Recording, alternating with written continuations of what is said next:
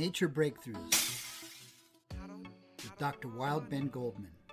Conversations with changemakers in a world gone mad. To discover what you need for personal, organizational, and societal change, get your free download of 3 ancient rituals smart entrepreneurs use to bounce back from shifts in the market and inside themselves. Go to www.naturebreakthroughs.com. Yes, you pull them till they bite down. On the lies that you built from my doubt. I don't want money, I don't want cars, I just want to be free. Welcome, Jerry Fu, to Nature Breakthroughs, conversations with change makers in a world gone mad. So, Jerry, we've never met before, so this is just our first conversation. Mm-hmm. I know you're a conflict resolution coach for Asian Americans, and you're also a pharmacist and a salsa dancer. This is almost all I know. Yeah, it's a good start. I'm sure there's enough to talk about just on those 3 things alone. So what is well, how did you get into conflict? What is conflict resolution? How did you get into it?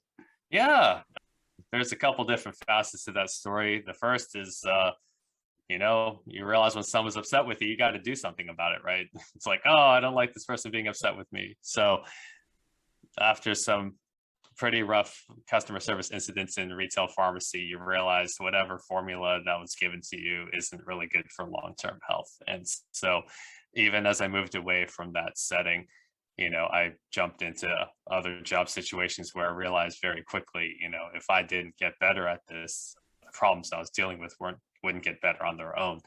And so from that aspect, from a personal standpoint, I realized, hey, you know what, running from conflict doesn't actually help me get better.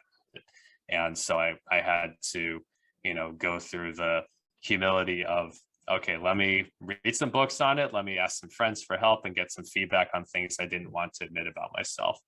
Right. And then, as I took on leadership positions in pharmacy jobs, you realize, okay, even if there's a part of me that does not want to engage, that just wants to avoid because it's easier just to fix things myself, I need to develop a system or a procedure so that I don't keep defaulting to comfort. And so that's one aspect of it. The other aspect is just focusing, niching down for my coaching practice, and that there's plenty of leadership coaches out there already. And leadership is a passion of mine. And I also realized, well, let me focus specifically on an aspect of leadership that is uncomfortable for a lot of people. And, that wasn't something I chose. It kind of chose me, right? Like when I had enough situations where I had to deal with a roommate who defaulted on his lease and I had to evict him. And, another volunteer situation where I was a church class director, and on the second day on the job, I had to confront a guy. I found out about a guy who was sexually harassing women in the class, and people said, well, Jerry, you're a director, you have to do it. And I'm just like, you didn't give me a manual, you didn't give me any kind of guidance as to how to deal with the situation, right? For some people, when a boss tells you, hey, figure it out, some people respond well to that. But even if that's true, maybe you give them a couple principles or best practices so that their chance of success is higher. So this is a fascinating subject for me. I think it's very related to personality. How people engage in conflict, how people react to conflict or start conflict or avoid conflict. And I'm just kind of curious, when you were talking about how you first kind of zeroed in on this, you were talking about customer service in pharmacy. That kind of like woke you up to, can you just drill down a little, like what happened? Like, what are you talking about? Like just rude customer? I mean, how did this spark a whole career for you? What kind of thing was it that was so difficult? Yeah, a great question. So part of it, in a lot of chain pharmacies, a lot of retail establishments in general, really, I do agree with the principle that the best way to win an argument is to diffuse it. because as long as you antagonize people, even if you're right and, you lose business because of it, that's not a good way to build or maintain relationships with paying customers. At the same time, to kind of default to the path of least resistance every time someone makes an unreasonable demand, it just doesn't look good for the people who actually, honoring the policies and the rules that are established a level of respect for people, right? So a specific example is when there was one guy, who specifically wanted to leverage, gift cards incentives for him. And he says, well, I know the general manager, I know he's going to give this to me, so just go ahead and give it to me, right? There are, like a specific example is when, this chain pharmacy would incentivize, hey, transfer your prescription here, pay for the prescription, and then you get a, a $25 gift card, right? This is the incentive. But then we would have people who wanted to use the $25 gift card to apply that directly to the copay that they were applying it to. And even when we would try to explain to them, we said, no, you have to pay for the prescription. And then that unlocks the gift card for you, right? They would keep fighting over back and forth. And you get these people that continually want something for nothing. And, you try to stand your ground, and then they just, go above you and they complain to your supervisor, and they say, the supervisor's like, I don't want to deal with it. Just give them what they want, right? And now everyone else says, well, I paid for my prescription for getting the gift card, and now I'm unhappy. And so now you have two people who are unhappy just because you made the mistake of placating the wrong one, right? Huh. That sounds like a no-win. Did you find a solution to that particular situation? Not a good one. Yeah. it was just at this point, you just said, look, what does it take to get these people out of here? Because we have bigger fish to fry. And, you just go home and you just loathe yourself, because you're sitting there thinking, what's it going to take for me to be in a position where I can actually stand up for myself and say, hey, look, I'm sorry you feel that way. These are the rules. We think they're fair, and if you're not going to play by them, by all means, just, keep your prescription, go someplace else. Right. I mean, and I've heard that during the pandemic, the retail conflicts have escalated enormously. Are you encountering that in your work? A little bit. You just have people that, there is some unwritten or unspoken expectation, either they want something the same day that the doctor wrote it, when, they live very far away, and we have no way of, even our best delivery service wouldn't get something to them within the next couple hours, right? It's occasionally we get that. Thankfully, my pharmacy doesn't see as much of that on a too frequent basis as we do with like retail chain pharmacies like CVS or Walmart or Walgreens, things like that. But anytime you have to deal with the general public, there's no shortage of landmines that you could step on by accident. But your business isn't booming because of the pandemic and the conflicts that are happening? I mean, we're getting by, but every pharmacy is a little different in that way, just because there's a couple different avenues, for clinical services, and every pharmacy is a little different depending on the needs and the demographics they choose to serve. So most of your coaching clients are in the business, the pharmacy business? Well, so I'll explain that. So, I mean, most of my warm traffic, some of the early adopters that I've had in the year that I've technically been open with my coaching practice are pharmacy students that I know through my network. Okay. So yeah, they are in healthcare. They are not exactly healthcare yet, but yeah, like I know, yeah, the main clients that I've had so far and that are through my pharmacy network. I have had some clients that are Asian American that aren't in healthcare directly. But yeah, and in any case, yeah, most of the early adopters came from the world of pharmacy. Yes. And I'm curious about your target market, that kind of identifying a cultural niche, and just I don't know if this is going to sound like a stereotype, so correct me. Get into a conflict with me if it is. But one thing that I've learned from my Asian American friends, I don't want to do totally broad brush, but it seems, but it's happened now, which is many times I've encountered with Asian Americans that they don't say no. Instead, they ghost. Yeah.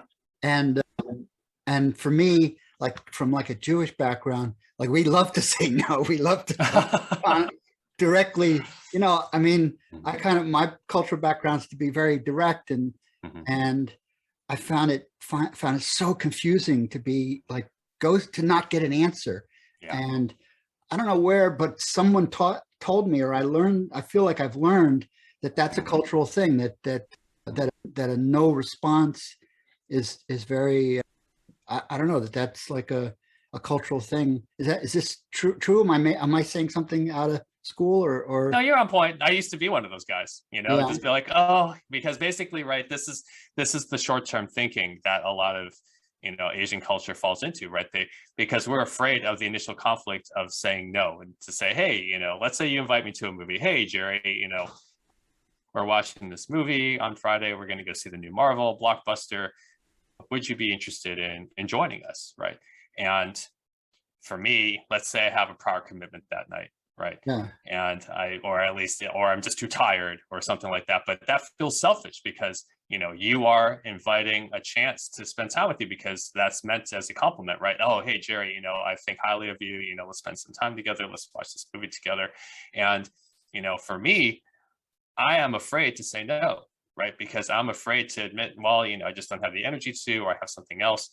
And because I don't, even though the practical thing is to say, hey, look, I would love to, but I have a prior commitment. I'm sorry, you know, let's find something else to do, right? For a lot of Asians, the fear is, well, if I reject this, then that means they think, oh, I'm rejecting them as a whole, and then I may never hear from them again, right? If they say, well, you know, Jerry keeps saying no to my invitation, so I'm just not going to bother inviting him, right? And then so now we're in a pinch because we're not trusting enough that the relationship is strong enough to say, hey, no, it just means not this time, right? As opposed to, oh, now, because, right, what's the bigger damage is that I say yes, I don't show up, and then you're like, Jerry, what happened, right? Well, I actually had the commitment. What's like, and you're in your mind, you're just thinking, why did you just tell me? Like, I'm not like taking this personally, right? But we project onto the people inviting us, right? And so the short-term no versus the long-term loss, right? As, you know, but they don't see that in the moment. And now we have a trail of avoidance, and now, you know, now it's just gonna look precarious. So yeah, that's kind of that's the mindset. So you're saying, like, well, first of all, there's so much packed into that answer. One is you're attributing the behavior to fear. That I hadn't expected. I would have thought you would have said something like shame or something, or yeah, and there is some of that, yeah, you know, like, you know, that you were taught not to say no, or you're taught that it's rude, let's say. Yeah, well, that is part of it, actually. Yeah. And then the funny thing is, like, for me, what's rude is the non-answer. Like it drives me crazy. And it's like, and it's, now I know to expect it. So I know how to read it. But when it first happened with certain friends,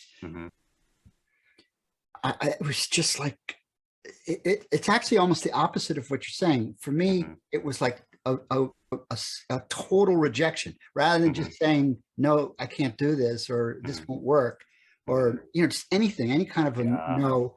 Having no answer makes my brain go crazy. And, you know, just thinks of the worst. They don't like me, you know.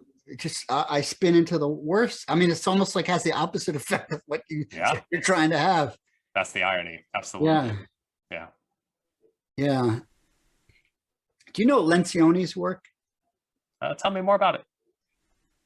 He's one of the, I think, most respected management consultants in the world, and he's written a series of books.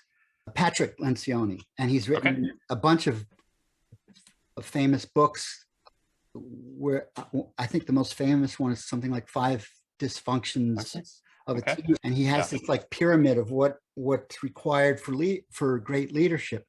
And you know, at the top is results, right? A great leader gets his team to produce results, but at the base, at the foundation of the pyramid is trust. And the next level is conflict. And his you know, I get this is going off my memory, but his main argument is that it's essential to have conflict essentially in Mhm. teams. Yeah. Like the avoidance of conflict is almost guaranteed to produce a lack of results. Oh yeah. Yeah. So it's like Yeah. it's just critical to leadership to be able to be open about different opinions and different views, and to be able to negotiate those conflicts. I mean, it's like the key. Mhm. It's a key to leadership. Mhm. Yeah. Yeah. And yeah, there's healthy conflict and unhealthy conflict, right? Unhealthy conflict is usually the result of broken expectations or mismanaged expectations, right? People know they're supposed to be on time, but they keep showing up late. Okay, unhealthy conflict, right? Healthy conflict though, right? Which business, which revenue stream do we pursue, right? Which is the most essential, which is the most beneficial for us long term, right? One might be making money for us now, but that might be obsolete in a year. How do we deal with that conflict, right? And so it's not that conflict ever goes away. It's just that companies understand, hey, there's always going to be some conflict, right, between the current version of us and the future version of us, right? And that's not a bad thing. But I know it's taken time for me to appreciate the blessing that is conflict, and to realize that avoiding it doesn't help. And even if leaning into it feels scary, if you study it long enough, you might actually learn something useful or beneficial. So what's your, like, how do you resolve conflict? What's your secret sauce? Yeah, the recipe, my own take on the recipe. So I'll go and cite some source material just so people understand, hey, look, I learned from some great people in developing my own style. 2 books that helped out: Difficult Conversations, and then also The 4 Conversations, specifically the section on closure conversations. And then also a book by the Heath brothers called Decisive, where they talk about how you script your critical moves to be sure that you don't fall back into avoidance habits. But the framework that I would recommend to anybody, if I had to, when I cataloged it, number 1, you have to imagine what a successful conversation would sound like, right? First, the wrinkle with that is that you unlock the possibility, hey, you know what, this conversation might actually go well, right? Because if people just say, I don't like my chances, but I got to charge ahead, right? If you didn't even think about the idea of what your destination is, right? Like you're not going to go anywhere, right? The second step is to have 10 seconds of courage. Hey, I don't need to be Superman or Wonder Woman, because if I wait until I feel like I have enough courage, I'm never going to engage. I just need 10 seconds to set things in motion. Let me send that text, email, or pick up the phone, have this conversation, right?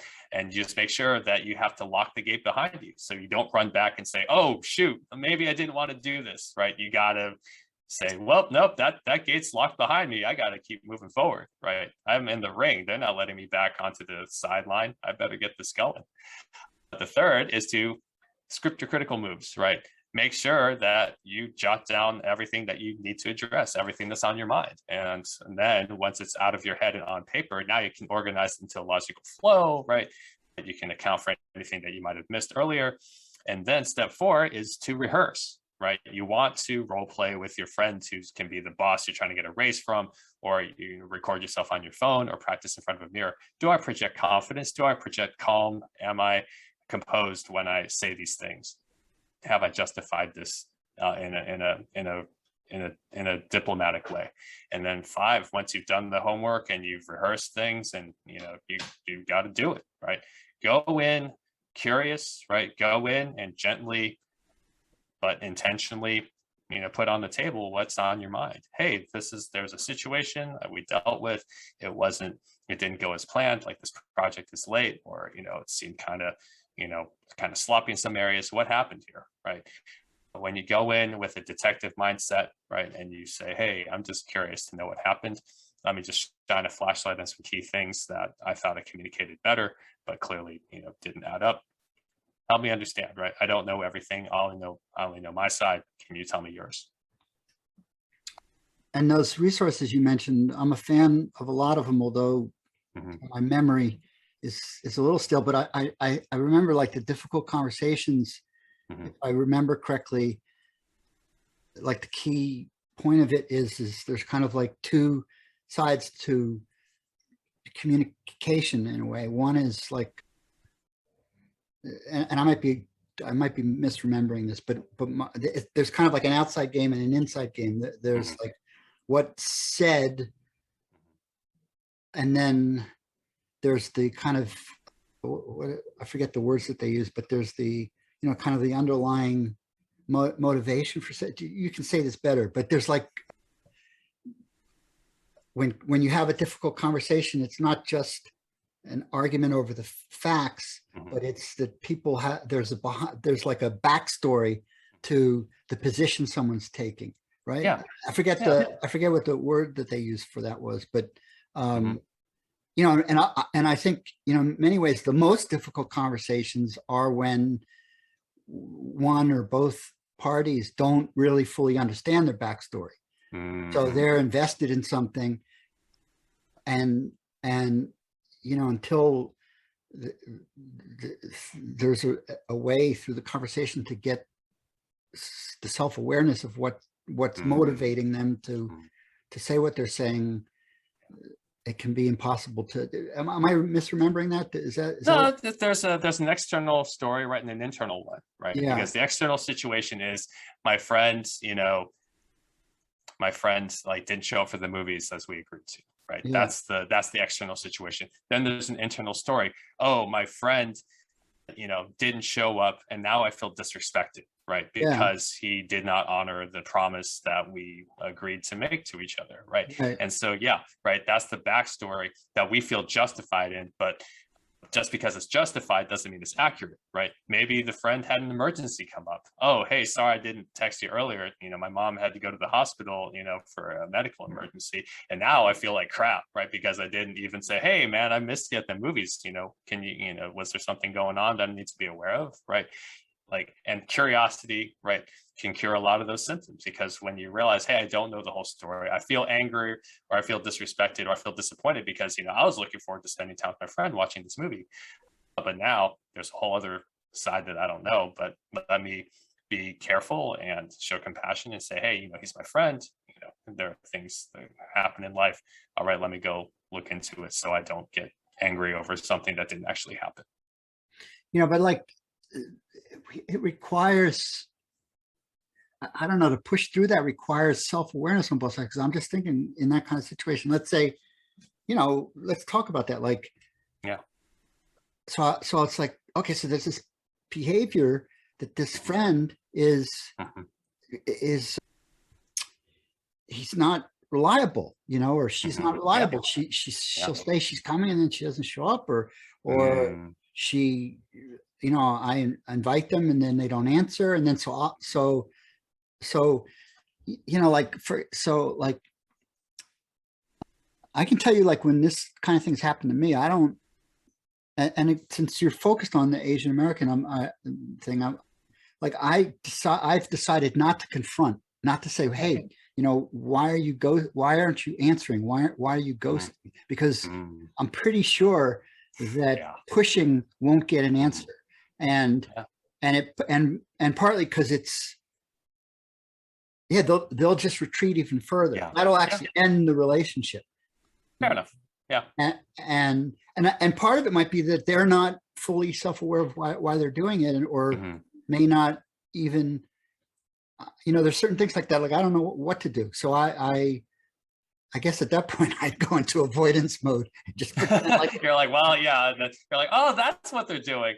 I mean, if I had to step in with a suggestion, what's helped me when people say, hey, let's take that situation. Let's say, an Asian friend ghosted you as you went to watch this movie, right? You can say, hey, you could say, hey, I missed you. I don't know what's happening. And I hope, if you're willing to share an explanation, give me an idea of what's going on. Great. If not, hey, look, I forgive you. We're still friends, right? If it's a one-time thing, it's it's in everyone's best interest to give the benefit of the doubt, because you don't know, right?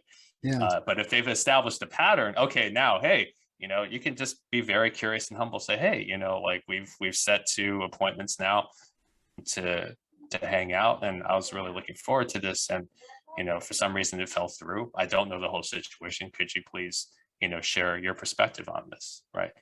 and you can tell them, hey, I don't know what's going on. All I know is I was looking forward to hanging out with you. Right. But I mean, I can feel myself reacting to that, which is Mhm. like if they didn't want to tell me in the first place, Mhm. how will my asking them to tell me? I don't know. I kind of feel like I'd be afraid to do that. I feel like that No, that's fair. is like poking putting a finger in the Yeah, yeah, eye or it's touching- probing a little too hard. Yeah. Yeah. No, that's fair. I mean, well, we're improving now, right? So Yeah. let's finesse something that would work. So, and you can just say, hey, look, you don't owe me an explanation, right? If you want to tell me one, great. Just whatever you can do to just alleviate the burden, right, or alleviate the problem, and just say, hey, look, just tell them, hey, I'm not mad, right? Yeah. Just say, hey, look, I'm not. You can just say, I do want to spend time with you, and you can kind of even just you have to give them the choice, right? If you show, hey, look, you don't have to tell me everything, just give and they feel safe, right, in that freedom to say, hey, look, you don't have to tell me everything, and even put the ball in their court to say, hey, look, clearly whatever I'm trying to do isn't working, and maybe how does this sound if I just let you kind of pick the next place or things like that, right? To say, hey, look, if you want to hang out, I'm available, and I'll just say, hey, look, until I hear from you, I'll because I don't want to keep wasting my time or yours. Hey, I'll just wait for you to reach out when you're ready, something like that, right? Yeah. That I know I would appreciate that if someone said, hey, look, I don't know what's going on. I know we keep trying, things keep falling through. I don't take it personally. I'm not upset.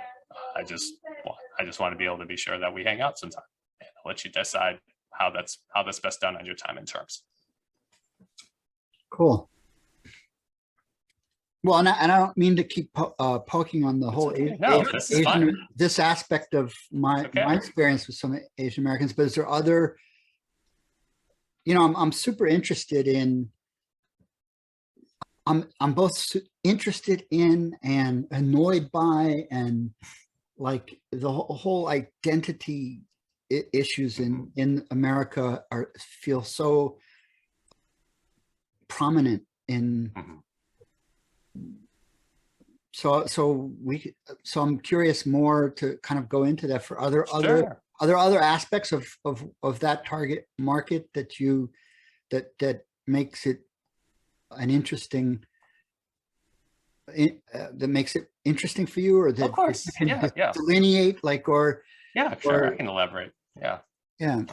No, I mean, it's in coaching, what we say is that your ideal niche is who you were 10 years ago. And so, yeah, I know what kind of life stress and conflict I had, as a 20-something Asian that, I didn't like where I was in life. My parents I'd grown up with my parents telling me one thing, and their methods of conflict resolution weren't working at work, right?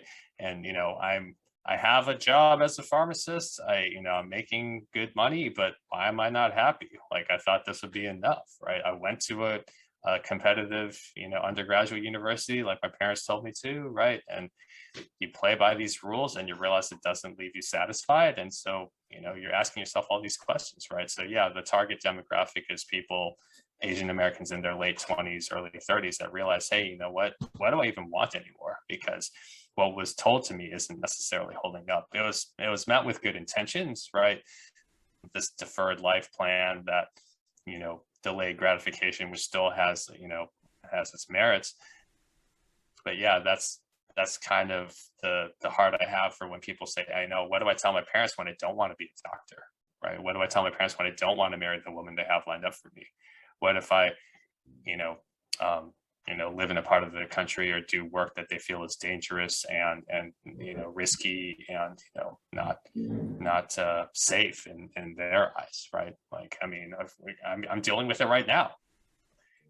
My parents found out I was tutoring, on the side to raise money to stabilize cash flow for my coaching business, even as I have a pharmacy job.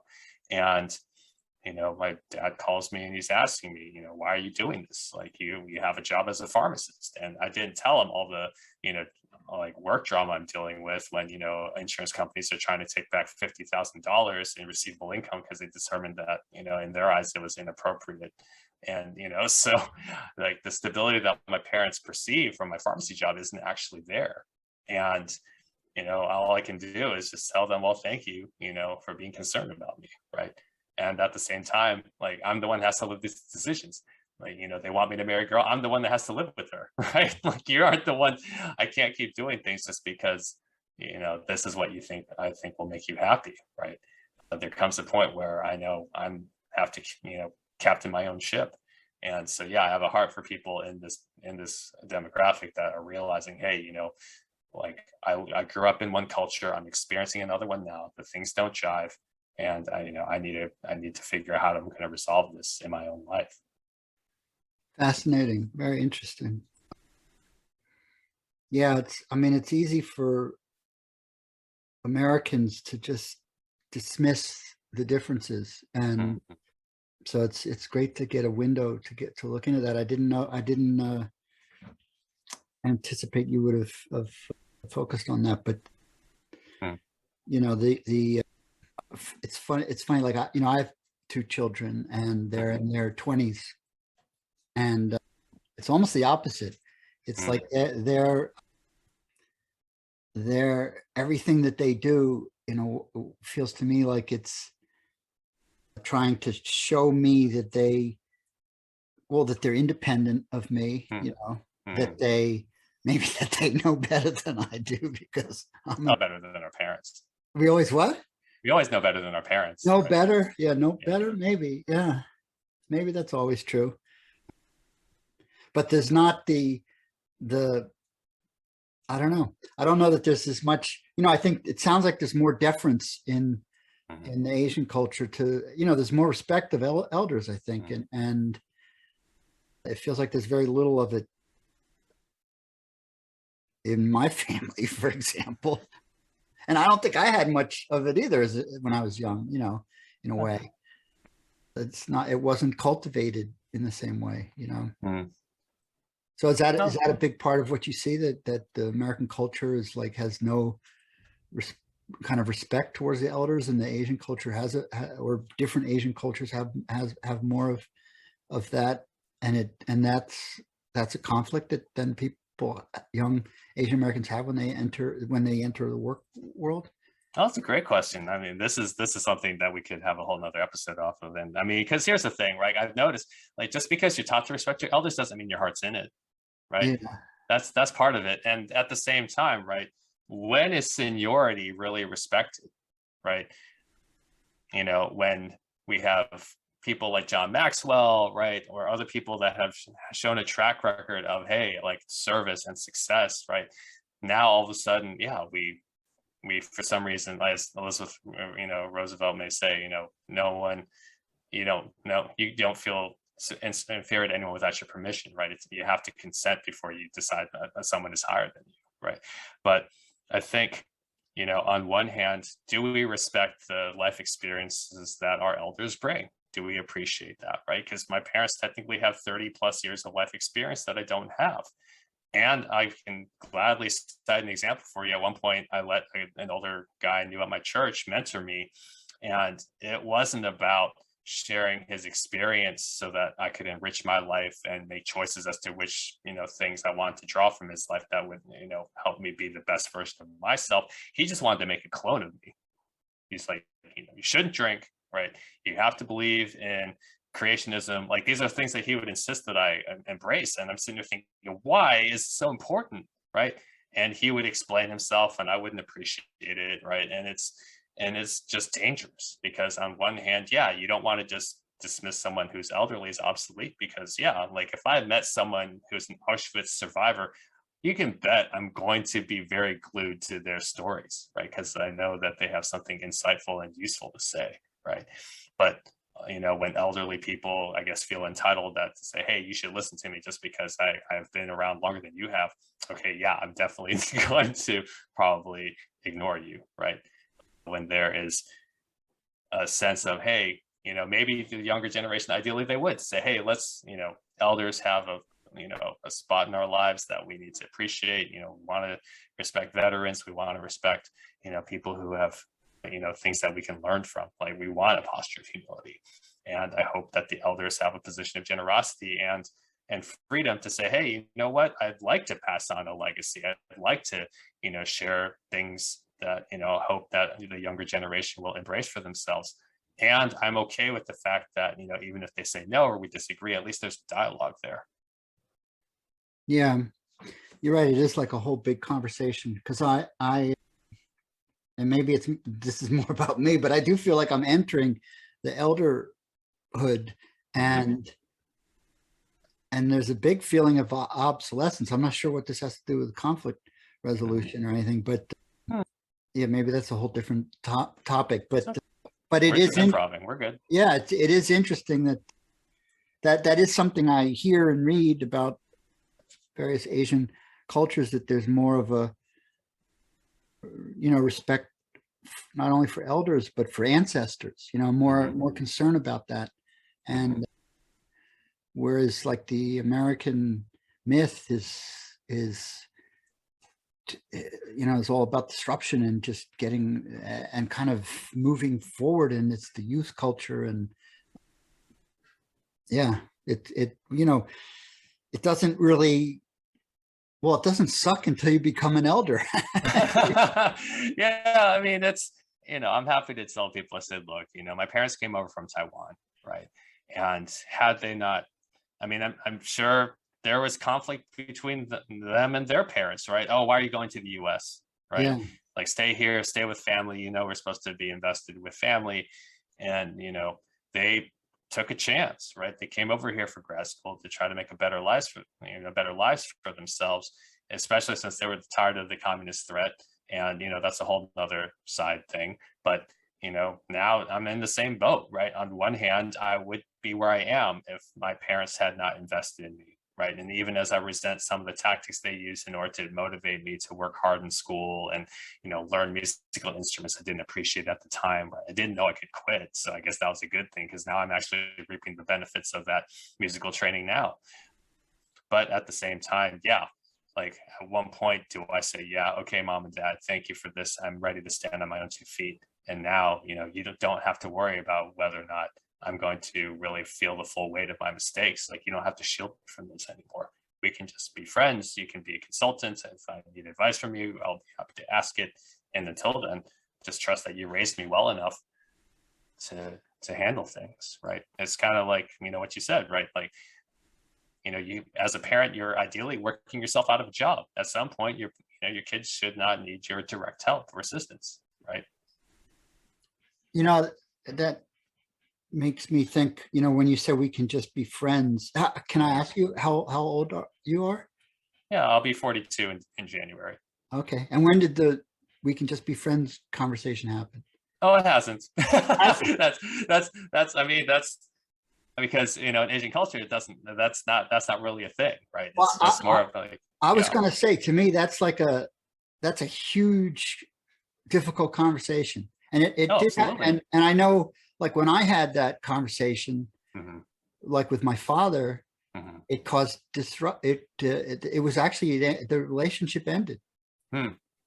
Well, It was, which I hadn't expected. I mean, to say to you someone, wouldn't know. Yeah. You wouldn't know. can we be friends, Mhm.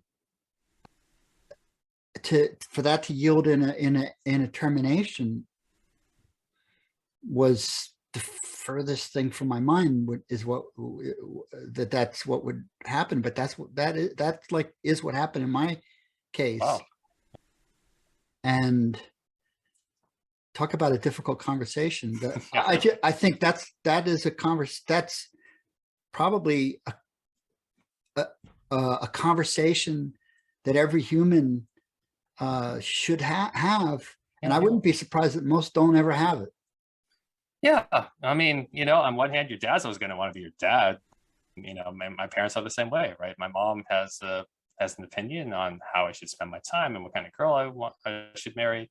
And that doesn't change. Like, and for a lot of parents, especially in Asian ones, and or at least Asian families, right? They grow up thinking, no, I'm your mom. Like, and that's just an identity they refuse to, you know, let go of, you know, later on in life, to realize, hey, you know what, I'm just here. Like I'll give an example to contrast with this. You know, some of my RAs that I knew in college, they just seem like the most, you know, well-adjusted people when it comes to their kids, because they just said, hey, look, we raised their kids. We have no idea what they're going to be, you know, what kind of job they're going to pursue, what kind of school they're going to go to, but we're just going to give them enough, you know, we're going to teach them to kind of help navigate life on their own. And we don't know what's going to happen, but we're excited to watch it play out. And I just thought to myself, man, like, if there a way for you to like bottle that up and sell it, like I would make millions like selling that to Asian families, because it's not about I get it. Immigrants say, hey, we need money and prestige. Okay, be a doctor, be an engineer, be an accountant, right? Because we need these things. Even as the immediate benefits are already realized, and they realize, oh, you know what if we actually became people who signed the paychecks of these, you know, professionals? You know, what if we actually became CEOs and management, things like that?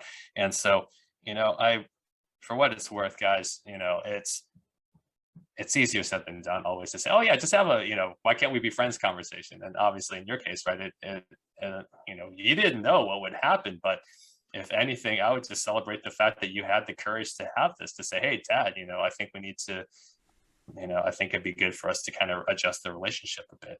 And, you know, if he's not on board with that, well, you know, it's you know, it's to his detriment, right? Because now he's not a part of your life. He can't share in that anymore. You know, that's his choice.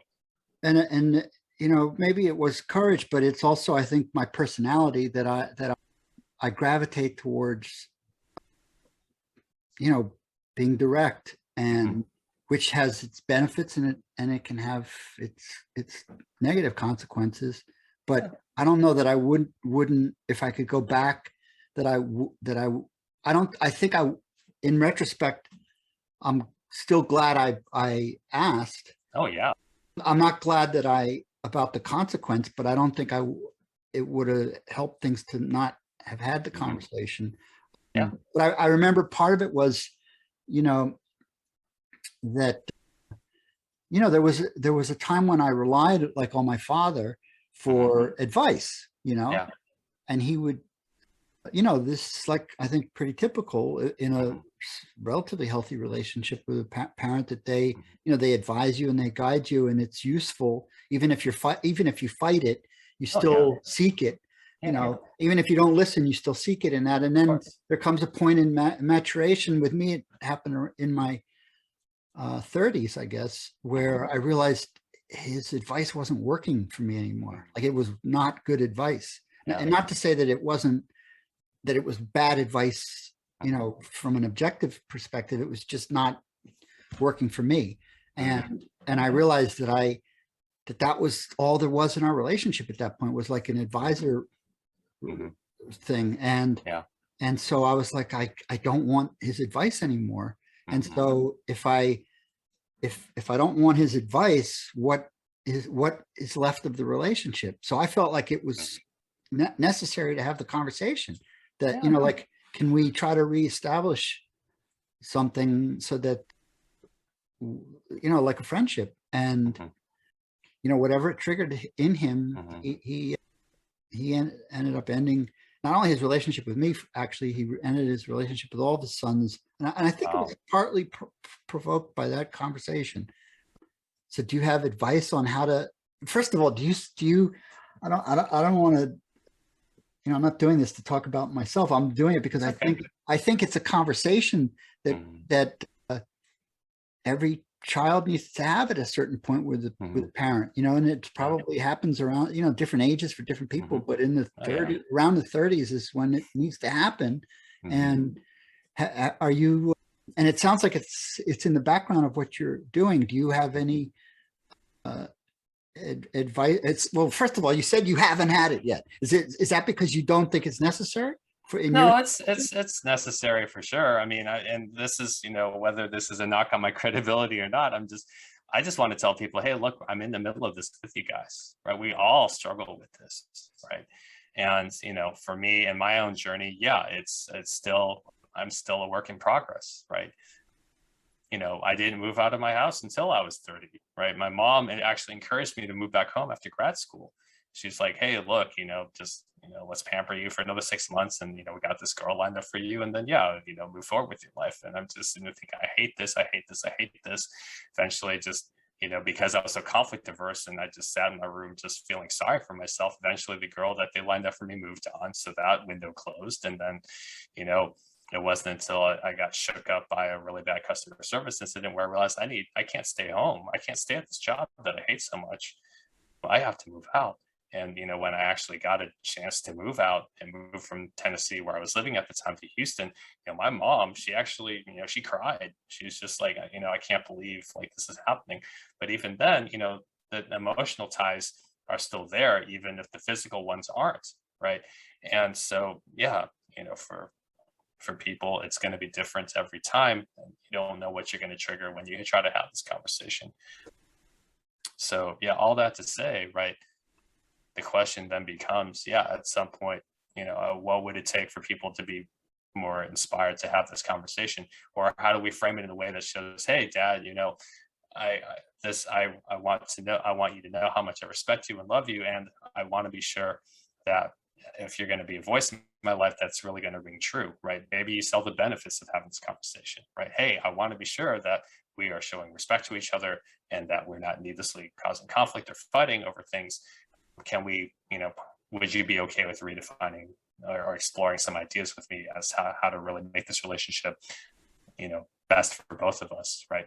Is that Stephen Covey's think win-win, right? And if you frame it for his benefit, maybe he's more likely to have the conversation. Obviously, hindsight can only go so far, but I think on one hand, if you're a parent, like this will resonate with you, right? Like you always want what's best for your kids, or you want it to have a little better than you did.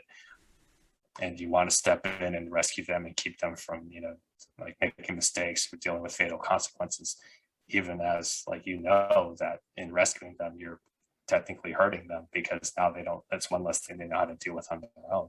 So, I mean, if I had to give advice, and obviously I'm not claiming myself to be, just to have like the exact diagnosis, but I think something to experiment with for people who still have that opportunity, just, go in curious, right? Say, hey, maybe you started off with, hey, how's the relationship with your dad? How did that change over time, right? And maybe then you have a framework to say, okay, now that we've discussed your relationship with your parents, how do you think we can avoid some of the mistakes that that happened previously? And maybe that way, it doesn't feel like a direct affront on, say, hey, Dad, because what he might be hearing is, right, like, I don't want your advice anymore, right? And maybe he feels insulted by that. Maybe he feels hurt by that. I give good advice. Why don't you want it anymore? It's like, okay, well, if you don't want my advice, then just don't even talk to me. It's like, okay, well, maybe there's a chapter in his life where he felt like, hey, no, I'd rather be distant than disrespected. And if that's the case, then yeah, unfortunately, we found out this is the way we found out. But at the same time, a lot of relationships, I think, are stale and people just don't have the courage to really address the tough things. And so they just settle for like subpar relationships. So, yeah. Yeah. Two thoughts came to me. One is, the phrase like what's in your way is your way. I think it comes from, you ever heard of Marcus Aurelius? He was like a Roman warrior. I think he was the first guy to say it, or that's the first reference to it I've heard. But it sounds like that you got into conflict resolution because it was, because it was in your way, and it became your way. So that's one thing. And then the other thing I'm thinking, I'm just thinking again back to, because it ended up being a pivot in my life that. But I'm thinking I did a lot of what you're saying. I rehearsed it. I remember talking through, I planned a lot, the conversation before it happened, those steps you gave. I think I did a lot of what you're talking about. And I also think that I tried to put it in the positive way. I remember I was very, very careful. And I mean, again, I think this is a situation of this difficult conversation that there's also the phrase that the messages sent aren't necessarily the message received, Of course, yeah. And and so he was receiving, I think all he was hearing was a rejection. And his emotional response, what resulted was you can't fire me. I'm going to fire you. Mhm. I quit. Yeah, I quit. Uh, Yeah. And I just had, and and I can kind of psychoanalyze how that happened. And when what you're talking about, like thinking through his childhood and all that. But whenever you risk a difficult conversation, there are risks. Of course. Yeah.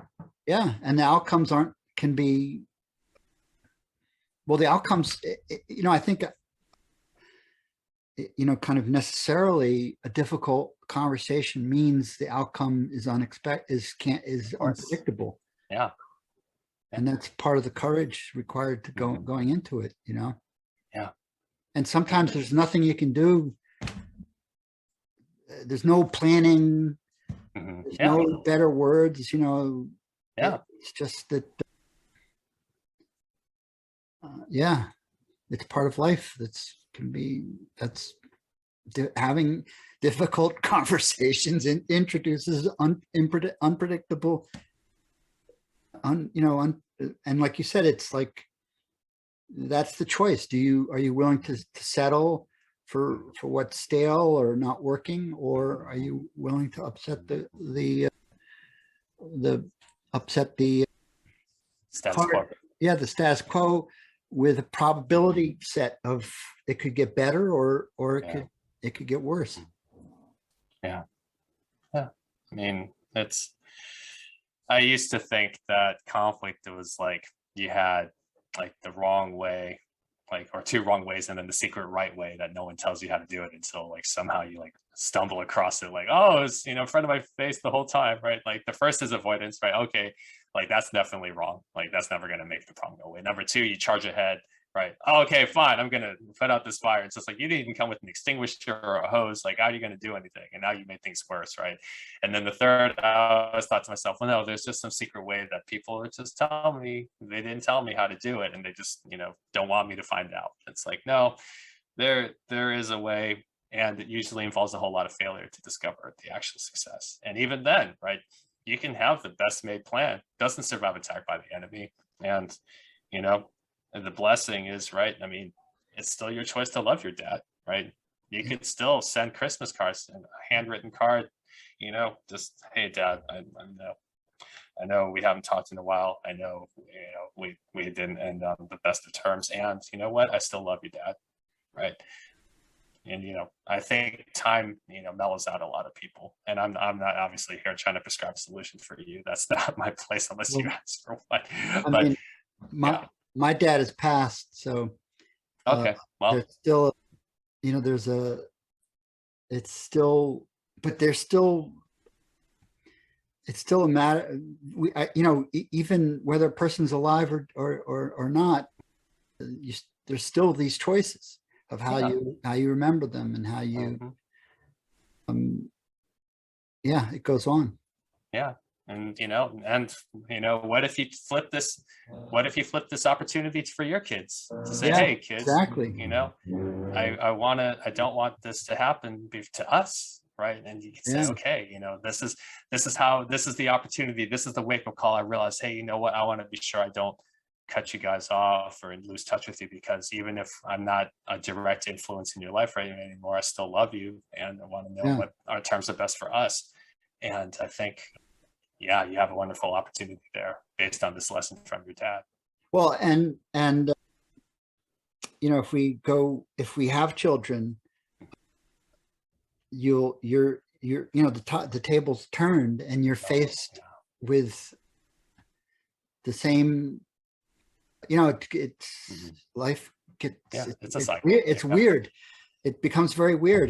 And like, I can have those moments of like thinking, I can see why my father did that. It's like, I can't stand these people. Like, but I don't act on that.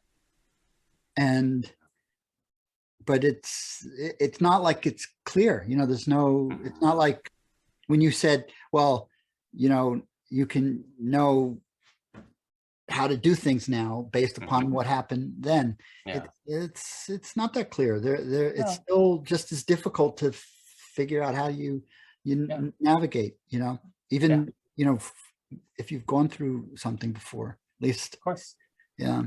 You can always learn, you can always improve. Like, to think that you can have a basic like grasp and mastery of like conflict resolution, you know, and it's, you know, helped me. And when I've had to discipline people or fire people or, you know, confront a roommate who defaulted on his lease, right? Like, there are some basic principles there that have increased the chance of success. And you know, in your case, right, like I still have plenty of broken relationships where I tried and I failed, and it's like, well, you know, let me make sure I evaluate this experience. You know, let me get the black box out of the plane that crashed and make sure I don't lose this lesson, because that's all it's there for at this point, right? That's the best you can do with it, and that's okay. Like, people, like, the funny thing with the difficult conversations book is they say, hey, you know what, it's okay, like if you've done your best, you've done everything, you can just cut loose. Like, you can just cut bait. You're just like, look, there's no secret thing that says, oh no, we can still restore this relationship to 100%.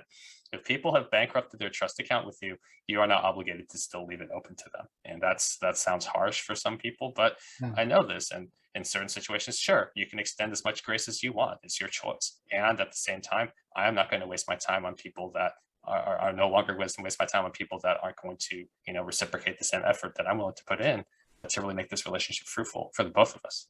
Right. And Yeah. of course, that's most difficult when it's family.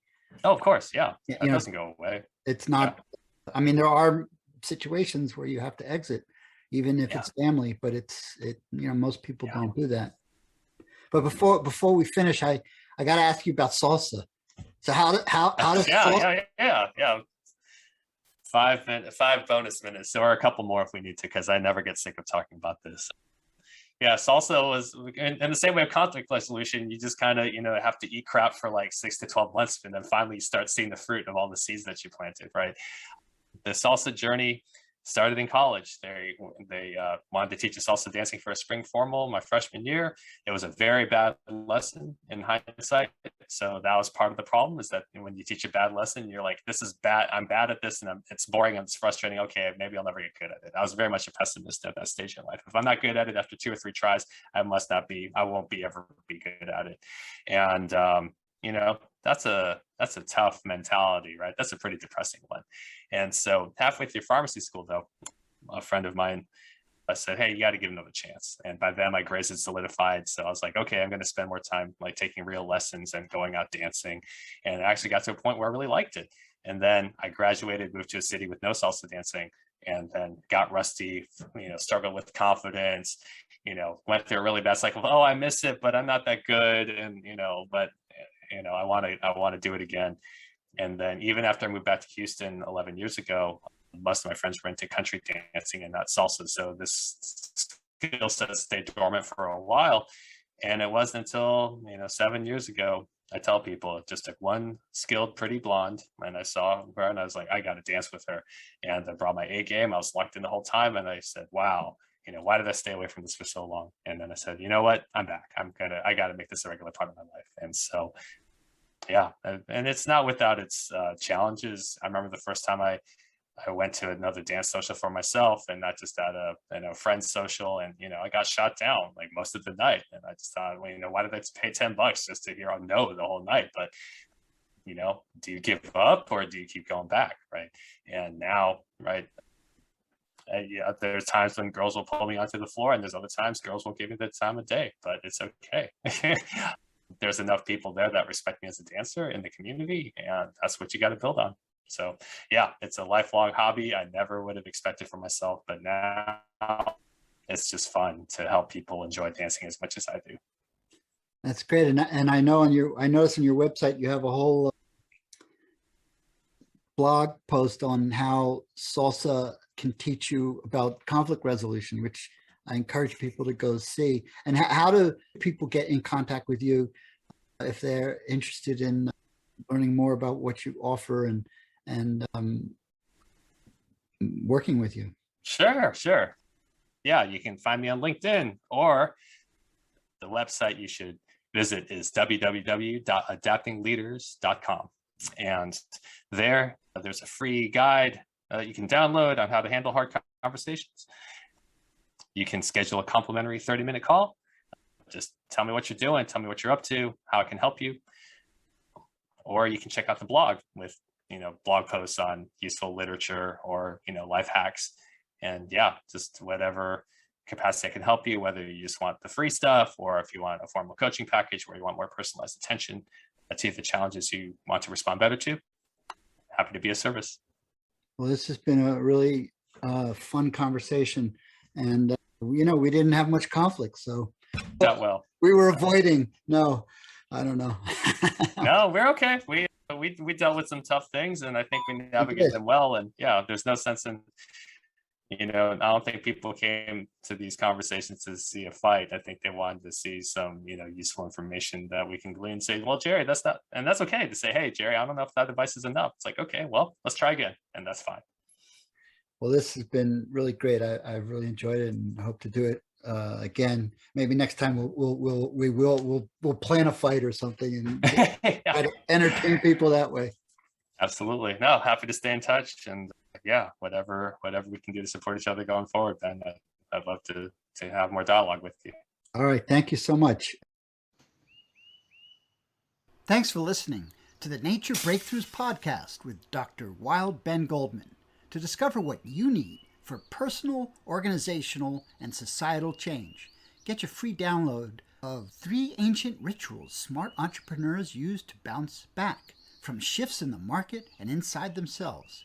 Go to www.naturebreakthroughs.com.